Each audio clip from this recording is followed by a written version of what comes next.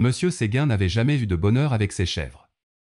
Il les perdait toutes de la même façon, un beau matin, elles cassaient leurs cordes, s'en allaient dans la montagne, et là-haut le loup les mangeait.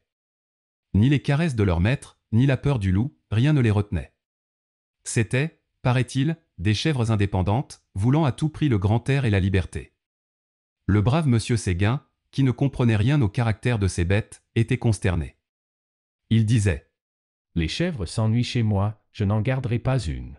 Cependant il ne se découragea pas, et, après avoir perdu 6 chèvres de la même manière, il en acheta une 7e. Seulement, cette fois, il eut soin de la prendre toute jeune, pour qu'elle s'habituât mieux à demeurer chez lui. Ah! Quelle était jolie la petite chèvre de monsieur Séguin! Quelle était jolie avec ses yeux doux, sa petite barbe, ses sabots noirs et luisants, ses petites cornes et ses longs poils blancs. Et puis, elle était docile, elle se laissait traire sans bouger. Un amour de petite chèvre. Monsieur Séguin mit sa nouvelle chèvre derrière sa maison, dans un clos entouré d'aubépines. Il l'attacha à un pieu, au plus bel endroit du pré, en ayant soin de lui laisser beaucoup de cordes, et de temps en temps il venait voir si elle était bien. La chèvre se trouvait très heureuse et broutait l'herbe de si bon cœur que monsieur Séguin était ravi. Enfin, Pensait le pauvre homme. en voilà une qui ne s'ennuiera pas chez moi. Monsieur Séguin se trompait, sa chèvre s'ennuya. Un jour, elle se dit en regardant la montagne. Comme on doit être bien là-haut. Quel plaisir de gambader dans la bruyère, sans cette maudite corde qui vous écorche le cou. C'est bon pour l'âne ou pour le bœuf de brouter dans un clos. Les chèvres, il leur faut du large. À partir de ce moment, l'herbe du clos parut bien fade à la petite chèvre de monsieur Séguin. Puis, elle s'ennuya. Elle maigrit et son lait se fit rare. Toute la journée, elle tirait sur sa corde, la tête tournée du côté de la montagne, en faisant mais. Tristement. Monsieur Séguin s'apercevait bien que sa chèvre avait quelque chose, mais il ne savait pas ce que c'était.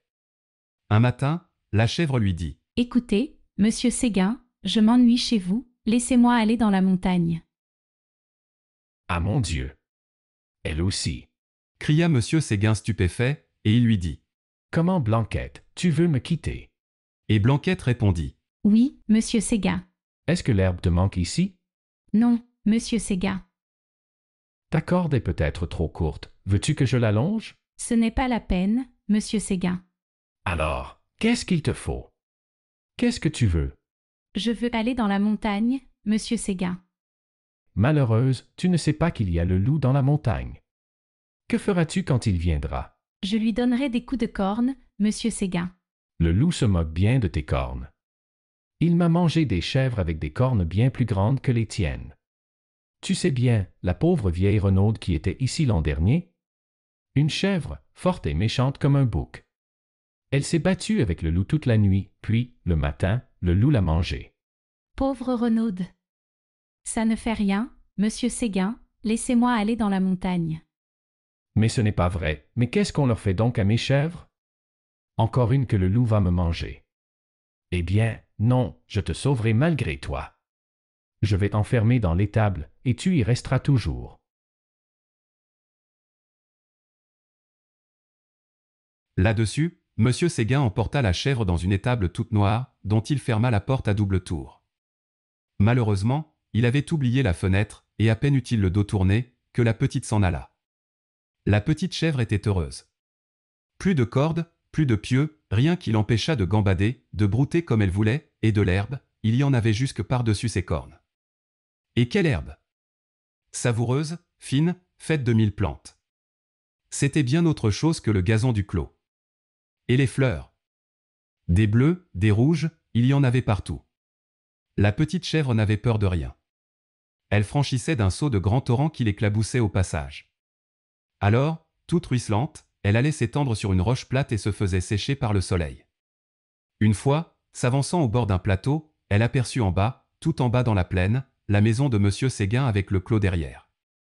Cela la fit rire aux larmes. Que c'est petit. Comment ai-je pu tenir là-dedans?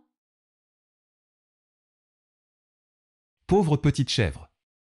De se voir si haut perché, elle se croyait au moins aussi grande que le monde. En somme, ce fut une bonne journée pour la chèvre de monsieur Séguin. Tout à coup le vent devint plus frais. La montagne devint violette, c'était le soir. Déjà. Et elle s'arrêta fort étonnée. En bas, les champs étaient dans la brume. Le clos de Monsieur Séguin disparaissait dans le brouillard, et de la maisonnette on ne voyait plus que le toit avec un peu de fumée.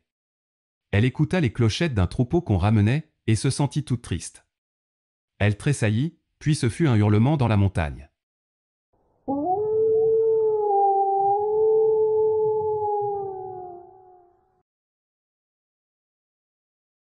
La petite chèvre eut envie de revenir, mais en se rappelant le pieu, la corde, l'ail du clos, elle pensa que maintenant elle ne pouvait plus se faire à cette vie, et qu'il valait mieux rester.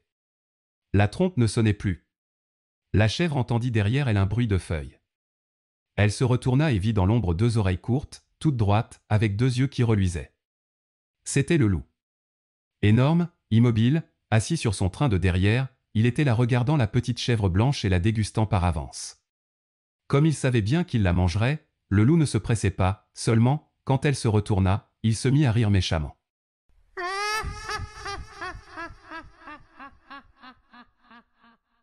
La petite chèvre de Monsieur Séguin.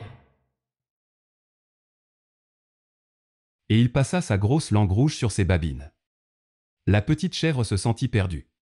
Un moment en se rappelant l'histoire de la vieille renaude, qui s'était battue toute la nuit pour être mangée le matin, elle se dit qu'il vaudrait peut-être mieux se laisser manger tout de suite, puis, s'étant ravisée, elle tomba en garde, la tête basse et les cornes en avant. Non pas qu'elle eût l'espoir de tuer le loup, les chèvres ne tuent pas les loups, mais seulement pour voir si elles pourraient tenir aussi longtemps que la renaude. Alors le monstre s'avança. Ah! La brave chevrette, comme elle y allait de bon cœur. Plus de 10 fois, elle força le loup à reculer pour reprendre haleine. Pendant ces trêves d'1 minute, la gourmande cueillait en hâte encore un brin de sa chère herbe, puis elle retournait au combat, la bouche pleine. Cela dura toute la nuit. De temps en temps la chèvre de Monsieur Séguin regardait les étoiles danser dans le ciel clair, et elle se disait « Oh! Pourvu que je tienne jusqu'à l'aube. » L'une après l'autre, les étoiles s'éteignirent. La petite chèvre redoubla de coups de corne, le loup de coups de dents. Une lueur pâle parut dans l'horizon. On entendit le chant du coq. « Enfin !» dit la pauvre bête, qui n'attendait plus que le jour pour mourir, et elle s'allongea par terre dans sa belle fourrure blanche toute tachée de sang. Alors le loup se jeta sur la petite chèvre et la mangea.